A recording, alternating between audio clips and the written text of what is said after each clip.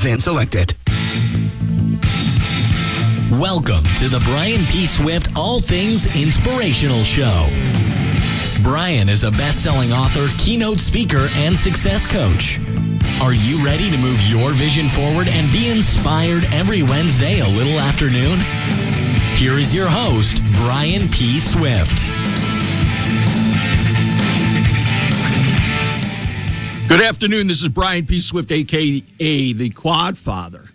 And welcome to the All Things Inspirational Show. I appreciate you being here on such a sunny day. I hope you get out sometime today to enjoy it. It looks beautiful out, and I will be outdoors doing my thing when I am finished with the show. So thank you. As you know, I like to start the show with a quote, and here we go. So the best way to treat obstacles is to use them as stepping stones. Laugh at them, tread on them, and let them lead you to something better. We all are going to have these speed bumps in life. We're going to have these obstacles. We're going to fall. We're going to get knocked down. And the key is getting back up. And getting back up is the key to life. Actually, my first book, Up, Getting Up It is the Key to Life. You can find on Amazon, and it talks quite a bit about getting knocked down in so many ways, from a teenager to a young man. In every form and fashion, it will give you some insights and some ways to deal with getting knocked down and getting back up. So if you get a chance, go to Amazon and check it out. Again, it is Up, Getting Up is the Key to Life. So moving on, building blocks. We talked about stepping stones, stumbling blocks, but let's talk about building blocks of excellence. So in building your blocks of excellence, we do need to pay attention to the details. However, what we can't do is we can't get lost in the details, because it's easy to get lost and get off track, right? So observing details can result in excellence. It can also result in wasting of time and resources. So the difference is really knowing which details matter and which details don't. And the same thing for information, because we live in such a world where we have information overload. And it's not just overload. It's, what information do you trust? What information do you listen to? And I don't have a great answer for that. Grew up in a time when I had about 20 Encyclopedia Britannicas sitting on a shelf, and you took that as gospel. And then you went to the library and you figured out the Dewey Decimal System, and you did your reports. And not once did anybody ever fact check the report or information that you did. Why? Because it was all reliable. Unfortunately, we don't live in that time. So if you're a business, if you're a real person answering the phone on the first ring, that's a detail that might matter. The typeface you used on a person's business card or letterhead is probably not a detail that you should lose sleep over. Planning a trip, deepening a relationship, building a business. Life has many endeavors that involve these details, and dealing with those details can surely become overwhelming. So to ensure that the ease of that burden, and to ensure you don't get lost in this minutia of information, remember to ask yourself this: in the big picture, does it really matter or doesn't it? And you really got to have that big picture mentality. Identify the details that matter and point all your energy in that direction. Apply your skills, apply your knowledge, apply your wisdom to those meaningful details that are the building blocks of excellence. And that's what I would recommend that you do. So that's just a little bit of the building block of excellence. There's a lot of great information out there, and depends what you're looking for, but there is great information. And I got to comment on something. As I was sitting here waiting for the show to start, I heard that Britney Spears was getting $15 million for her memoirs, which just is mind-boggling. She was a cute kid actress, and then unfortunately things blew up. But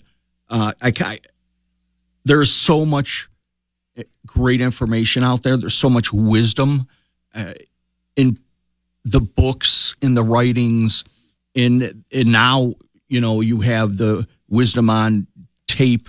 I say on tape, but whether it be through podcasts or whatnot, wisdom of everyday people that have accomplished so much. So I'm going to challenge you, instead of going out there and getting a book by one of these people that you've seen on TV that ultimately make a nightmare of their life and the people around them, look for somebody local. Go find a book on Johnny Lunchbucket, and that's what I consider myself, blue-collar guy that wasn't dealt a great hand, was dealt a crappy hand, but guess what? I bluffed life and made an awesome, thriving life for myself and my family. So go out there and look for those books. Go out and look for those people. They're great inspirations. Some of them are more local than you think. You don't have to pay somebody $25,000 or $50,000 to do a speech at your conference, to do a speech at your school or university. There are amazing speakers out there. If you're looking to get a speaker to talk at an event, to be a keynote speaker, they're out there, and it doesn't have to be a name that you saw on TV. Trust me, there's plenty of people out there. I promise you just got to ask a few questions. There's people out there that have heard them. There's people out there that have seen them and listened to them. So put your money locally. And I'm not saying that these big time names aren't worth it. I'm sure they're worth every penny if you're willing to pay that. But I truly don't know if you're getting that kind of return on your investment when you think about it. So just a thought that just came up to me, and I've been like, I've got to make a comment towards that. So it's just something to chew on. So how are you at taking your own advice?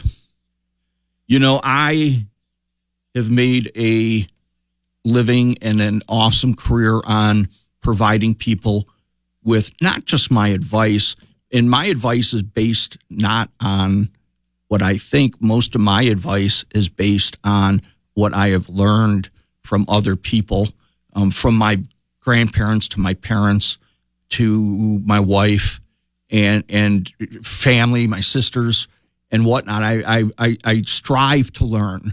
I'm that guy that wants to learn. I'm that guy that, asks those questions. I've always been that guy, the why guy. Call me the why guy if you want. Why does this happen? Why does that happen? Why does a brown cow eat green grass and produce white milk and yellow cheese? Figure that one out. I haven't figured it out, but I am the why guy. And the one thing I have to admit I'm not very good at is taking my own advice. And it's something I've got to learn to be better at, because I am awesome at putting a book together about advice on different topics. And I can help you with your needs. I can help you grow. I can help you with your leadership skills. I can help hold you accountable. But it's funny, sometimes I need to listen to my own advice. I think we're all a bit guilty of that we need to listen to our own advice sometimes and take that advice just like we were giving it. So something to think about. Are you good at taking your own advice? Or do you need help taking your own advice like I do? Because I certainly need help taking my own advice. That being said, I want to talk about 3 things if you're trying to grow a team. And being an entrepreneur is a growing opportunity now more than we've ever seen. Not that being an entrepreneur is new, but it's huge now. So what do you have to do to grow your business? What do you have to do to attract these A players to your team?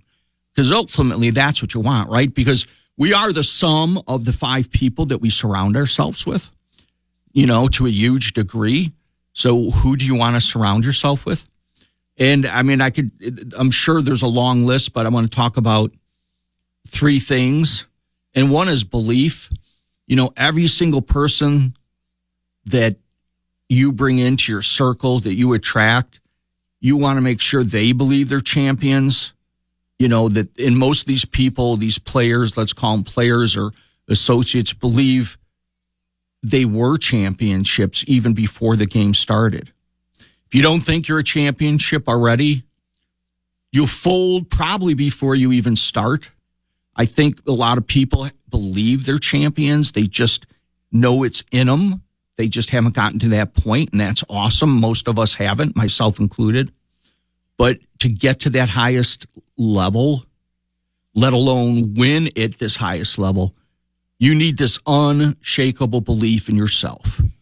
Just and the people you surround yourself, they need to have this unshakable belief in themselves. So that would be number one, this belief, this unshakable belief. And I'm talking about a modest belief, not a cocky belief, but a belief that they know that they can be better. They know they could be great. They might just have not gotten there yet, which most of us, this is a journey for us. And it can be an awesome journey. But if you're looking to create that team, even create that team around your family, belief is a huge component. The next one is certainty. So to be a champion, you really have to have this certainty to go all in. You've got to be willing to give it 100%, to not be afraid to take the swings when you're at the plate, to not be afraid to throw the ball, to not be afraid to take the chances. Because you can bet, I'll use it as an example, the Rams, when they played in the Super Bowl, they had a certainty about them on that drive to move forward, especially at the end of the game. It's something that doesn't come overnight. It's something that doesn't come easily. But the certainty / confidence is something you definitely need, and it is something you grow. It's not something that happens in one event. It's not something that happens overnight, but it is a quality you want in putting your A+ team together. And I think the last one, the third one, and this applies to so many of us because it applies not just to business, not just to entrepreneurs, not to athletics. It applies as much to our daily life as it does anybody. But this is the ability to adapt, adjust, and to execute, right? Life doesn't go in this perfect straight line with a sign that says, oh, bump here, might get a little bumpy. Life throws crap at us whenever it decides to, and it's usually not in an opportune time. So when you're trying to, work or compete at a high level, don't forget this, your competition is out there working just as hard as you are. And I guarantee things are going to go wrong, just like getting knocked down is going to happen. And you just can't have one plan of action. You need plan B, you need plan C, and maybe a contingency plan that nobody knows about. But you need contingency plans. If this happens, we do this. If that happens, we do that. If things go wrong, this is how we bounce back. That's what you need to have. It's going to happen. It's not when or if, but you will need those contingency plans, not just in business, but in life and in our personal lives. We need them all the time. So in order to create that A team, keep these three things in mind. I know it's a short list and it's not an all-inclusive list by any example, but it's a list that you can start with. It's a list you can think about. And I would tell you that what makes the difference between those who are winning and those who are watching are having these plans and having these contingency plans, being able to adapt, to adjust. So set your goals, set your intentions high, and become the leader who attracts those A players into your team, whether that's business, whether that's athletics, whether that's a side hustle. You want A people surrounding you. You want them in your life. You need them to believe, to have certainty, and have the flexibility to execute and go all in rather than sit on the sidelines and wait for the perfect moment. Because I'm going to tell you, the perfect moment never comes. It just doesn't. We wish it would. You can wait for it. Your doorbell's not going to ring. Your phone's not going to ring. There is no perfect moment. All righty. With that being said, I think we'll get a little word from our sponsors. I'm going to tell you, I have had some great sponsors. If you're a local business, a local entrepreneur, and you're looking to sponsor the All Things Inspirational Show with Brian P. Swift, please reach out to me at bswift62@aol.com. You could also find me on Facebook or LinkedIn, but reach out to me. I'd be glad to have a conversation. I guarantee that you will like being a sponsor and you will benefit from it. So after that, a word from our sponsors. Thank you very much. Off discount.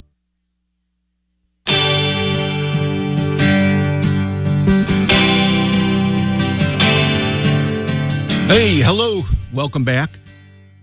I hope you enjoyed a little word from our sponsors. Please keep them in mind if you need any of their services. They're all awesome and local. So I am not a big poem guy. I read a poem about a month ago, and it wasn't for a great event. It was actually a sad event, but the poem resonated with me, and it was on point to the point I was needing to make about an amazing man who lived an amazing life. And I since have heard so many people talk about that poem and refer to it and ask about it. So I'm going to read to you. It's short, but it is deep, and I hope you're ready for a little deepness. But it's a poem by Tecumseh, a great warrior, and it goes like this. So live your life that the fear of death can never enter your heart. Trouble no one about their religion, respect others and their views, and demand that they respect yours. Love your life, perfect your life, beautify all things in your life. Seek to make your life long and its purpose in the service of your people. Prepare a noble death song for the day when you go over the great divide, and always give a word or a sign of salute when meeting or passing a friend, even a stranger when in a lonely place. Show respect to all people and grovel to none. When you rise in the morning, give thanks for the food and for the joy of living. If you see no reason for giving thanks, the fault only lies in yourself. Abuse no one and no thing, for abuse turns the wise ones to fools and robs the spirit of its vision. When it comes your time to die, be not like those hearts that are filled with fear of death, so that when their time comes, they weep and pray for a little more time to live their lives over again in a different way. Sing your death song and die like a hero going home. It's a poem I read actually at my father's wake, and it just fit perfectly because he embodied this type of lifestyle, and I've been blessed to have this type of lifestyle passed down to me. And please think about those words, man. Our lives are so short. We have such a short time to do so much. We have so much. We are so limitless. It is amazing how limitless we truly are, but we are limitless if you really think about it. Why is it that we're all born with this limitless potential, yet few people fulfill those possibilities? I mean, we live in a world of this crazy exponential change in ability to touch information and knowledge, some wisdom. It's ever going to be ever increasing complex, and the power rests really in those who act, especially those who act with self-determination, persistence, and grit. So our motivation really is one of our most valuable commodities. It multiplied only by action. As I tell people, you could talk and talk and talk, but without action, your speech and your thoughts only have so much power, but we need to invest our attention to our actions. So some of our motives to act are biological, so, while some of them have a personal or social origin. Let's face it, we're all motivated, right, to seek food, water, sex, but our behavior is also influenced by things like social approval, acceptance, and the need to achieve, and the motivation to take or avoid risks, to name a few. I know personally, I am so driven by helping others. I'm driven by achieving. I don't worry about acceptance. I don't worry about approval. I don't think I do anything that needs those type of motives. So I am driven. Know why you're driven. So some of these core concepts of motivation I want to talk about, because there are different things that motivate us, and one of them is called drive motivation. So we have obviously a nervous system that produces hormones that create certain feelings in us. They create energy. They create happiness.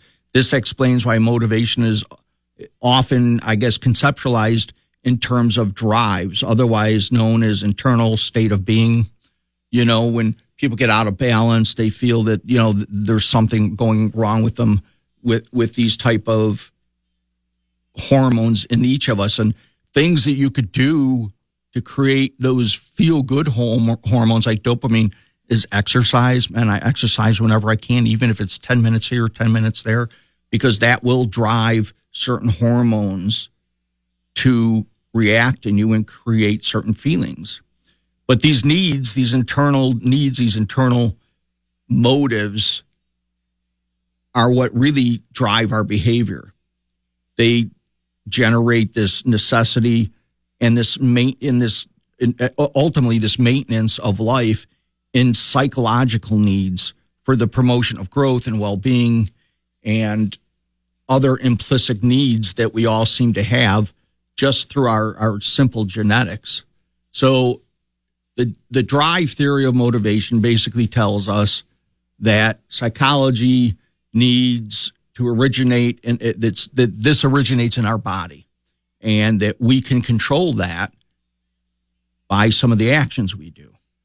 So keep that in mind. Think about your actions. Think about how our brain gets activated and drives us, and we create cravings a lot through our actions. And of course, that's drive motivation. We also have goal motivation. I think I'm very goal motivated. I like checking off the box. I got it done.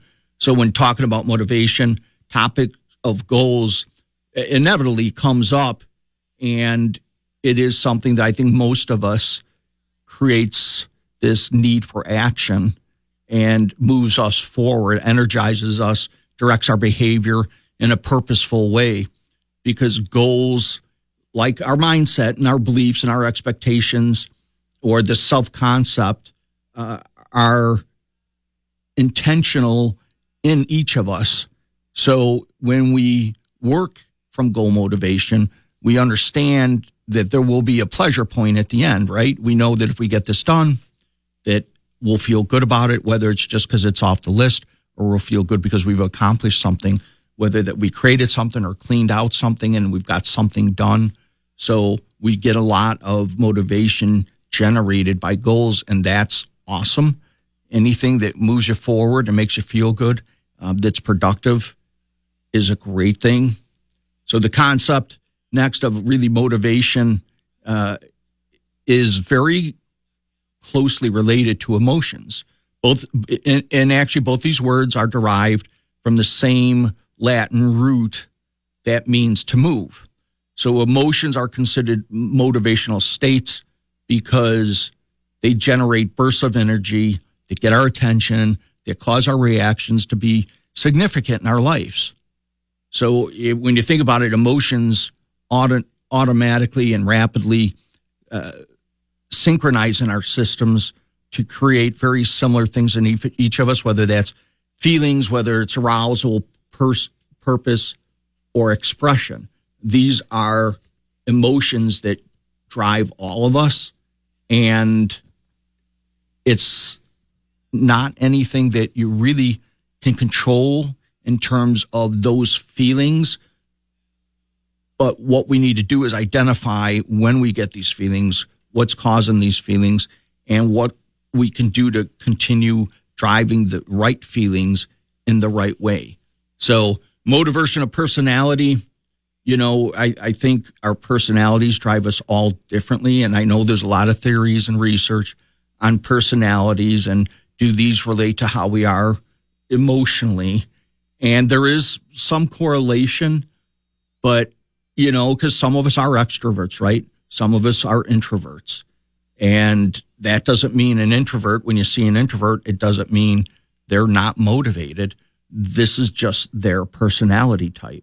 And they might be motivated by different incentives, different goals in different situations, but that doesn't mean they're not motivated. So these traits, these environmental traits, yes, there is a correlation on how we're motivated, but again, it doesn't mean we're not motivated based on these traits. And let's be honest, ultimately we want to be happy. We want to have a purpose in life. We want to feel that we can move forward. And that is something we all work hard for. So it sounds funny, but sometimes you have to keep tabs on what's really made you feel good about yourself, what's made you feel motivated, what's made you feel inspired. It's your story. And your story is meant to be your fuel. So you have to be in charge of your fuel. You have to know what kind of fuel to put in yourself to drive yourself to success and continue to work on that. It's not a foreign concept, but it's something we don't think about a lot, but you are responsible for it. You know what? You're not responsible for what happens to you, but you are responsible for how you react and act to it. So keep that in mind. When we get back after a little word from our sponsors, we're going to hear a message from a man that was wise beyond his times, deals in straightforward. There is no mixing his messages, and just an awesome, funny guy. And I'm sure most of you will know who this is when I come back. So a word from our sponsors, and then I have some fun perspective from a wise old owl. Off discount.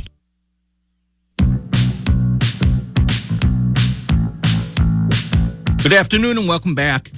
This is Brian P. Swift, and you are at the Inspiration location.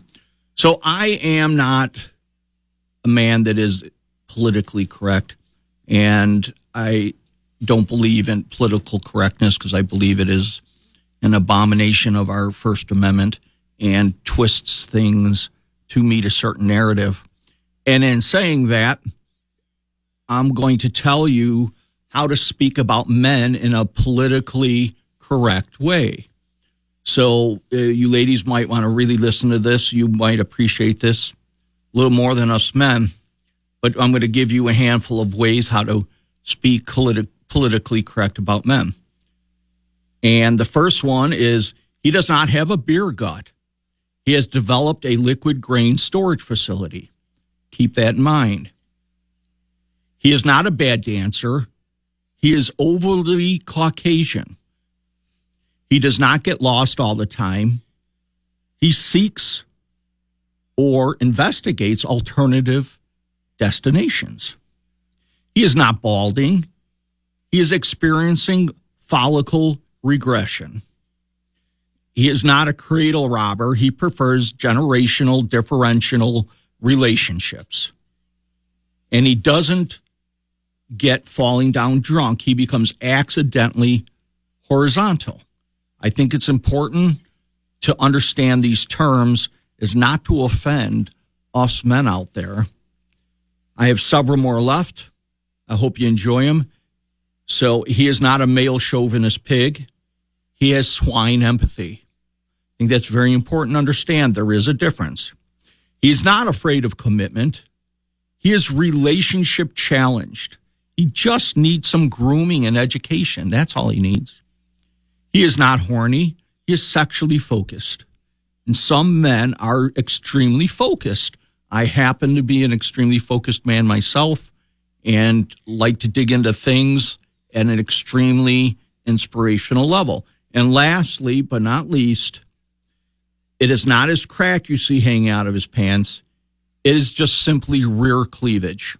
And I think it's only fair that men get to show their cleavage also. So in staying politically correct, which, again, is not so much me, I still do like to give out tips for those of you that like to stay politically correct and watch the way things are said and go. So that being said, I gave you a little bit of that, but before I left for our sponsors, I said we're going to hear some good stuff from an old wise owl that was extremely funny in our day and could do it without swearing most of the time, which is a rarity. So I'm going to start reading it, and then I'll stop, and maybe some of you guys will have guessed who it is, but I will let you know when I'm partially through it. Some of this I know by heart because it's just so true and so amazing and so funny. So here we go. You know, there's a paradox in our time, and especially in this time in history, that we have taller buildings but shorter tempers.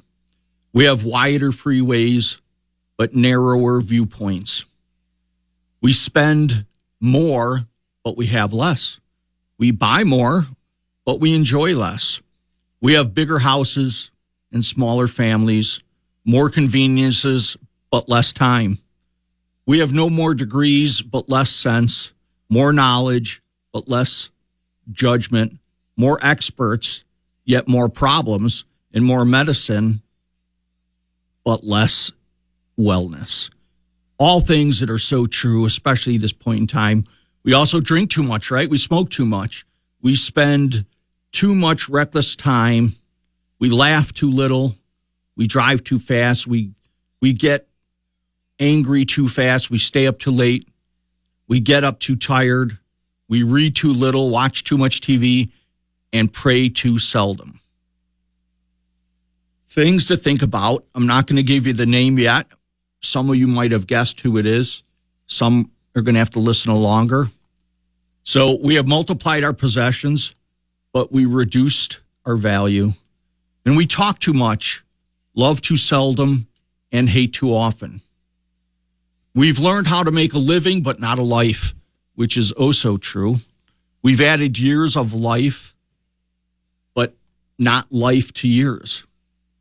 We don't live with the years we've added.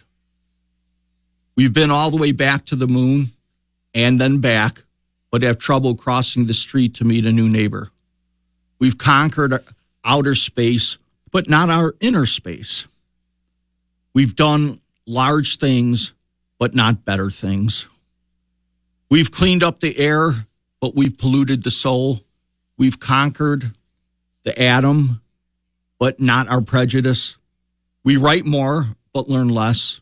We plan more, but accomplish less. We've learned to rush, but not to wait. We build more computers to hold more information, to produce more copies than ever, but we communicate less and less. I don't know if you know who this was. He's an absolute joy. It is a message by George Carlin, and he is so right. I don't remember or know when he wrote this, but I guarantee it was a long, long time ago, and he was so wise. And I will continue with some more of his wisdom because it's just so true and so interesting. But in these times of fast food and slow digestion, big men and small characters, there's steep profits and shallow relationships. These are the days of two incomes, but more divorces, fancier houses, but more broken homes. These are days of quick trips, disposable diapers, throwaway morality, one-night stands, overweight bodies, and pills that can do anything and everything from cheer, to quiet, to kill. It's sad, but this is a time when there is much in the showroom window and nothing in the stockroom. A time when technology can bring this letter to you at a time when you can choose either to share it or share its insights or to just hit delete and forget about it. But that being said, I'm going to tell you, spend more time with your loved ones because they are not going to be around forever. Remember to say kind words to someone who looks up at you, especially those who look up at you in awe, because that little person soon will grow up and leave your side. Remember to give a warm hug to the one next to you, because that is a treasure you can give with your heart and doesn't cost a cent. Remember to say I love you to your partner and to your loved ones, but most of all, mean it. A kiss and an embrace will mend a hurt when it comes from deep inside you. Remember to hold hands and cherish the moments, for someday that person will not be there. This man had a lot of wisdom in it. Give your time and love. Give time to speak. Give time to share. And precious thoughts. Keep the precious thoughts in your mind. So life is not measured by the number of breaths we take, but by the moments that take our breath away. So this was by George Carlin, an absolute master of the verbiage. If you have never seen him, I would say this would be somebody that is well worth taking a look at and watching him because of the things he says, the things that he wrote back in the day are so true today, unfortunately. But these are also things that we can correct. These things can all be changed, and it starts with you, like everything does. Everything starts with you. Everything starts with me. So if you have a plan, get after that plan. If you need help, go find help. There are plenty of mentors and coaches and people that are out there that are just love seeing you become successful, love seeing you become part of something bigger than they are. It's out there for you to just grab a hold of. So I recommend that you grab a hold of that. That being said, I'm always inspired to help others, to create opportunities, to create that A-team. So feel free to reach out to me if there is ever a need. I also ask, reach out if you have questions or you would like a topic talked about in any subject. I can't even sit here and start to tell you all the subjects, whether it be inspiration, whether it be leadership, whether it be how to overcome something, whether it be how to start something, a nonprofit, get involved, whatever that may be. Unleash that person inside you that's waiting to get out.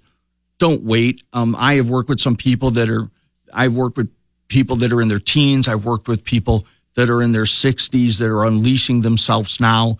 They're finding that gig, that thing they finally want to grab onto. In so many different areas. Some of it, and recently, I'm seeing a big push, and I don't have all the answers yet, but I'm finding that there are a lot of people out there talking about precious metals and collecting silver. I'm not sure what the buzz is about, but it's something I have to dig into, and I find interesting.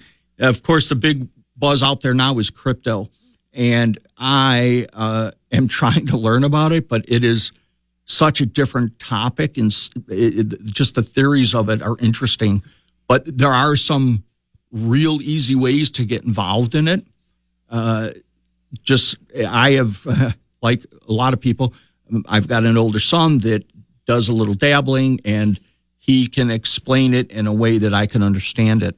So that's one of the ways. Talk to somebody if there's something you want to get involved with. If you're looking for a side gig or side hustle, as they call it, I always have people approaching me with ideas. So, if you're looking for something that's been investigated, that people are involved with, I have those. One of them is called 7K. It is about investing in gold.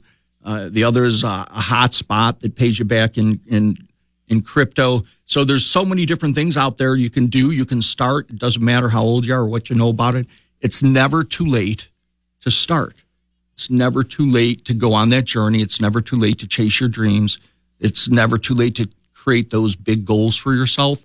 I'm always creating big goals and trying new things. Actually, 5 years ago, I shattered both my femurs. I spent 4 months in a hospital bed in my family room. And I had a friend call me, and he was all excited that he signed up for a triathlon. And after talking to him a little while, I'm like, sign me up. He's like, well, what are you talking about? Like, next week I can get out of the hospital bed. I can start, therapy on my legs.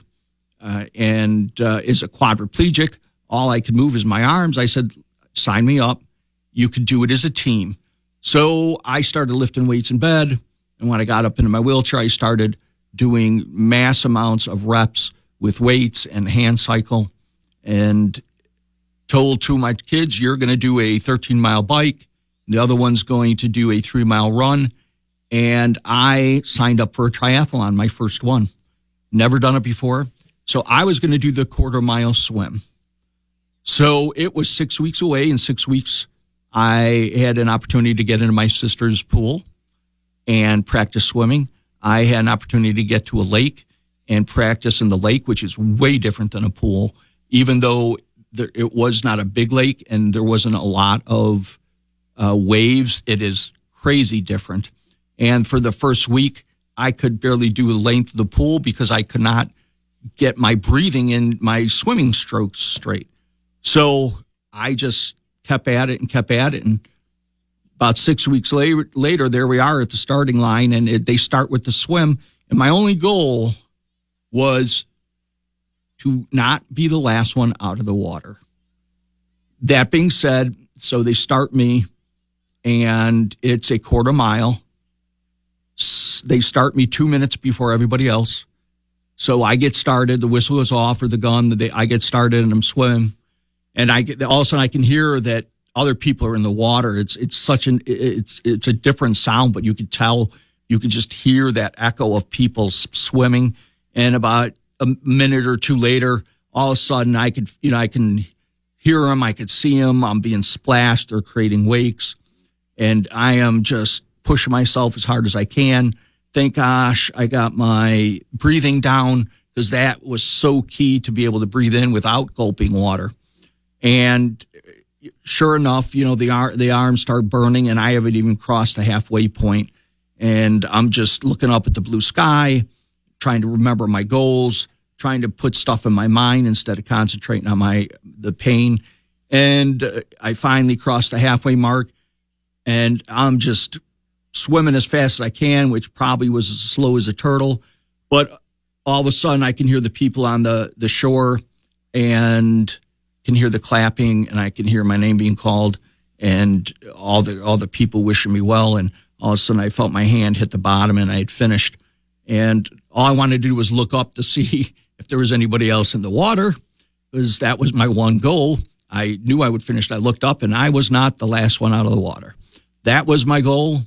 That's what happened. Actually, I finished in not bad time, but I don't know what bad time is for a quadriplegic. But I finished, and then my kids went off, hit the bike, hit the trail, and we're gone. And we had an awesome race.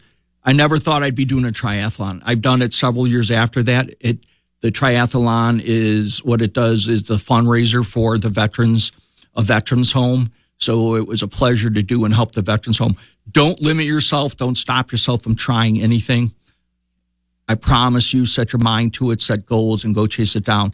Thank you for listening to another episode of the Brian P. Swift, a.k.a. Quadfather, All Things Inspirational Show. Again, don't feel like you can't reach out to me for anything. You guys have a great Wednesday. Take care and God.